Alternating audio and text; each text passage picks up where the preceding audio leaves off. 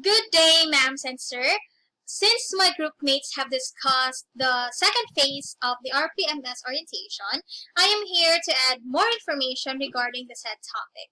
Now, let me ask you, what is your interpretation of the picture shown on your screen? I would like Teacher Hazel to please pause this video to get answers from the representative of Group 1 and 3. Thank you so much, teachers, for all your answers. Now, the topic for the second phase is performance monitoring and coaching. Now, this is provided by the rater and shall be sought by the ratee. Yes, from the word itself, sought. Hindi na dapat ito hinihingi sa atin. We ourselves should seek ways to develop ourselves, our performance in teaching. Now, the main objective of this is to transition us teachers from our shortcomings when it comes to our performance, including our undesirable behavior. When I say undesirable behavior, it's the lack of confidence, lack of effort maybe. Pero I think all of us are doing our best in this department, no? But I've already experienced lack of confidence before. But so yes, while we transition from that to cementing positive thinking and actions that can improve our personal and professional excellence. Kasi we are teachers and teaching is our passion, kumbaga. So there is always room for improvement. We should always find room for improvement. And so next, the RPMS tools. Let me just move my face over here. Okay. So there are two types of RPMS tools, one for proficient teachers, the teachers 1 to teacher 3, and one for highly proficient teachers, master teacher 1 to master teacher 4. Now let us compare the previous RPMS to present RPMS. So the first RPMS tool, we notice that they are the same, right? And at the last table, we have the mode of verification, or the MOVs. I will first discuss the MOVs that requires classroom observation. So hindi ko isusunod-sunod yung arrangement ng RPMS tool.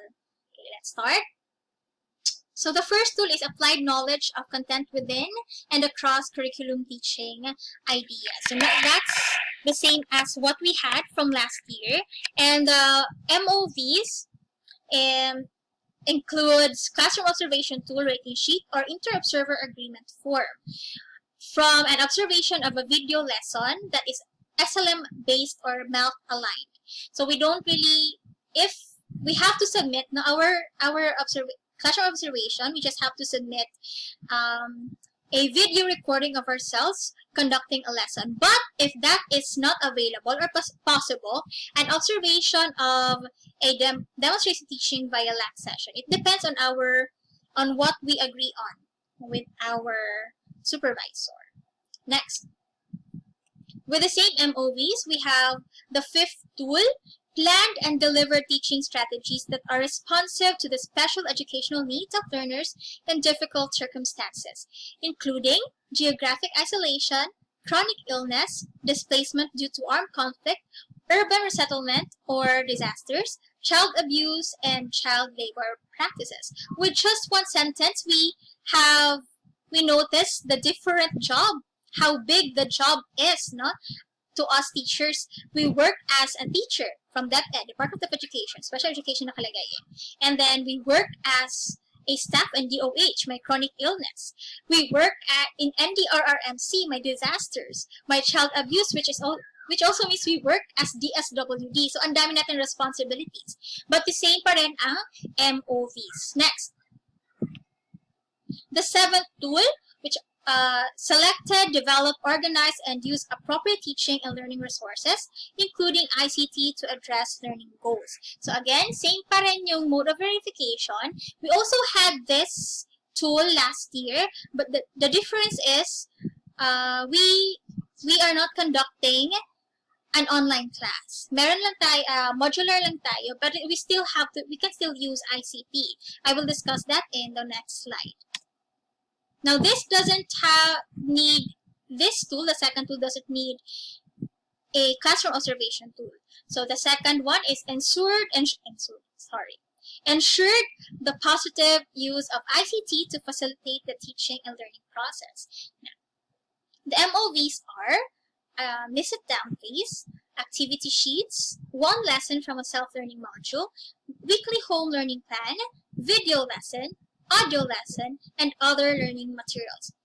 Next, same pa rin yung mode of verification, but it focuses on applying a range of teaching strategies to develop critical and creative thinking, as well as other higher order thinking skills. It's the same as last year pa rin.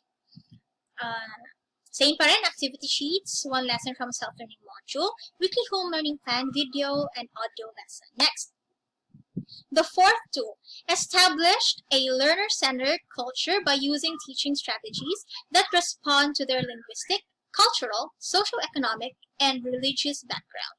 Now, the MOV, same pa rin yung kanina. No? Iba lang, the difference is just the focus. Next, the sixth tool, use strategies for providing timely, accurate, and constructive feedback to improve learner performance.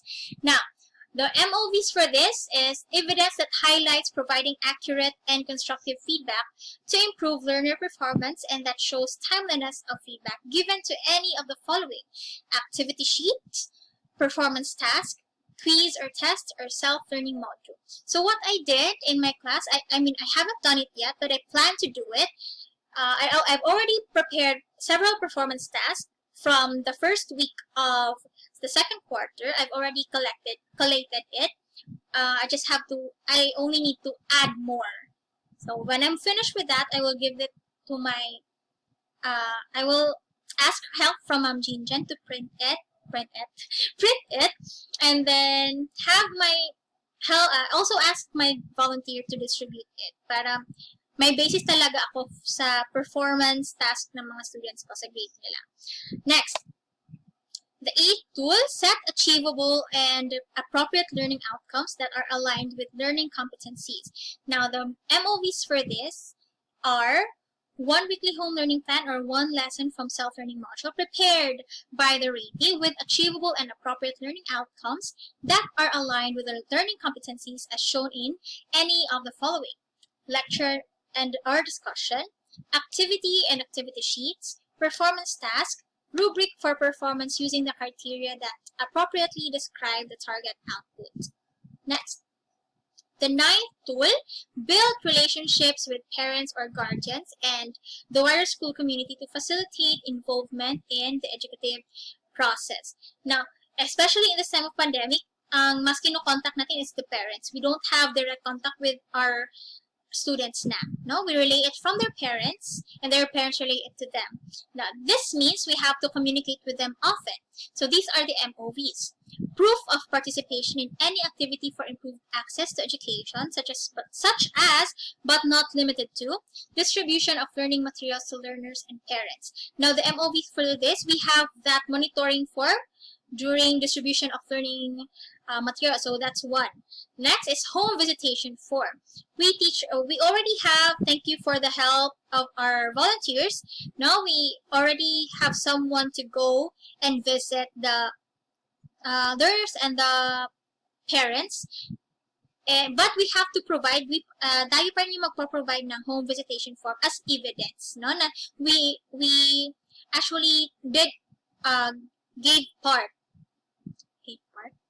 Yes, to reach out to our students. So parent-teacher log or proof of other stakeholders meeting, one-on-one parent-teacher learning conference log, attendance sheet with minutes of online or face-to-face meeting, proof of involvement in learners and parents orientation. Next, any form of communication to parents or stakeholders. Example, we can use the screenshots from Messenger or the text message itself. That itself is our proof na. Next, digital or printed copy of learner enrollment survey form signed by the ICT coordinator, Ma'am Hazel, or focal person and school head. We also have this already, no? Sa beginning of the classes, we already submitted this. Next. The 10th tool, participated in professional networks to share knowledge and to enhance practice. We were very active in the beginning of the school year to attend webinars. We have the Vival, we have the webinar with Mark C, the 3-day webinar. We also have the webinar for literacy.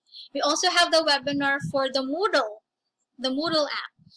So yes, we already have the certificates for that, and that itself is the MOV.